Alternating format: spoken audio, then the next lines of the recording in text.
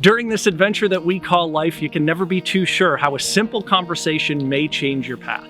That's especially true with the man that we're about to meet. In 1974, Russ Green was in the early stages of a career in coaching and education when he went home to visit his best friend. A suggestion was made that they have a 10-cent soda pop at the local ag dealer, and while they were enjoying their sodas, Russ happened to meet the blockmen for International Harvester. He started chatting with them, and that chat led to a multi-decade career in agriculture that continues to this day. So here he is in his own words, Russ Green.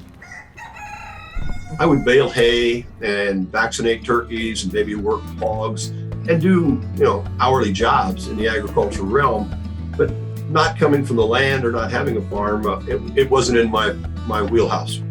It was through that chance meeting at a dealership in my hometown, and it sponsored off into a trainee program with International Harvester in 1975. I worked for 4 strong agricultural companies, and 3 of them have asked me back a second time. And the position is this often the same. The color of the paint changes, but what I enjoy doing the most is addressing the most complex issue. And usually that issue deals with the voice of customer into a product development project. When I think about the Red Company, early on I was involved with the axial flow combine, which really revolutionized the methodology from which grain's harvested.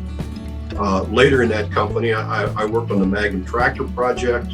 More importantly, the quad track project was where we put tracks underneath the structure, the undercarriage of an articulated 4-wheel drive project. Most recently, I've been involved with a project with AGCO, which is labeled the Fendt Ideal Combine.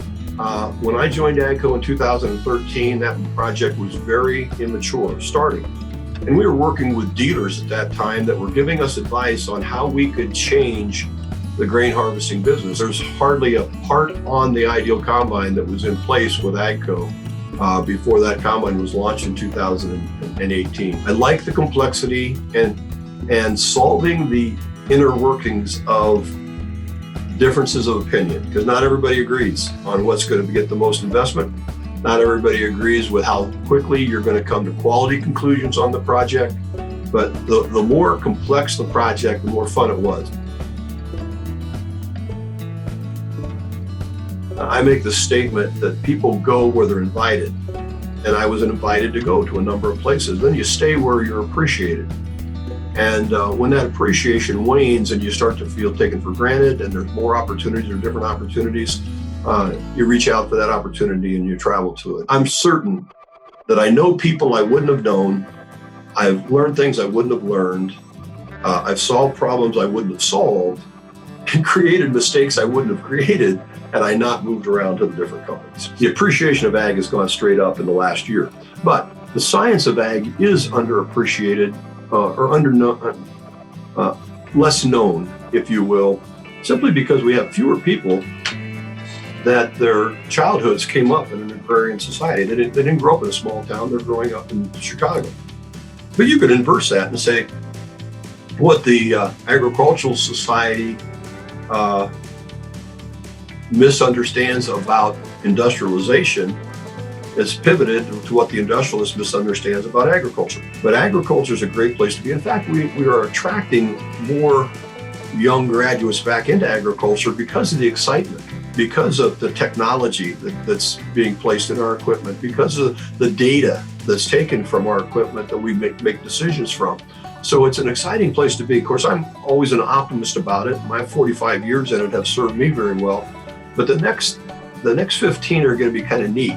Today's technician is just not a guy with bib overalls and 9-inch boots and a welder's hat either. They all have to understand electronics and hydraulics and mechanizations. They have to be ambassadors of their business. More equipment is sold out of the back of an agricultural equipment dealer than is out the front. Everybody that eats is involved in agriculture. And we use this term from field to fork. Agriculture is just not the tractor, cows, plows, and sows. It's anything in the supply channel from where that product is produced, fed and nurtured, and nutrition, and anything that plant or animal takes in to make it nutritious and moves that to the dining table. I'm trying to identify that second, third, and fourth generation of agriculturalists who have their head down, shoulders to the wheel, work all the while to keep up with competition or to keep up with the demands of their employees. Well, what I'm helping them do is lift their heads up and say, hey, how are we promoting ag as an industry and moving it upwards in the elevation of an understanding? What would you do? What would you do if you drove up to that Kroger store and they said, hey, the lettuce you ordered today, we have no lettuce. We have no milk. We have no grapes. The bananas are on back order. Pretty soon, the society starts to get into a tailspin. And I think the structure of agricultural production, marketing, and distribution is it's not fragile. It's very strong, but it can become fragile if we lose confidence in it.